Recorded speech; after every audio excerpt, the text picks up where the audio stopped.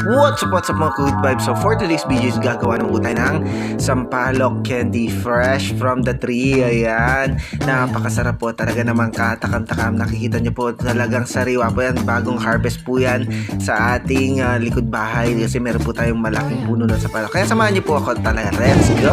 Kaya nga po dali-dali na tayo pumunta sa likod ng bahay para mamulot ng mga sampalok. Nakikita nyo naman namumutik-tik sa bunga ng ating sampalok na puno.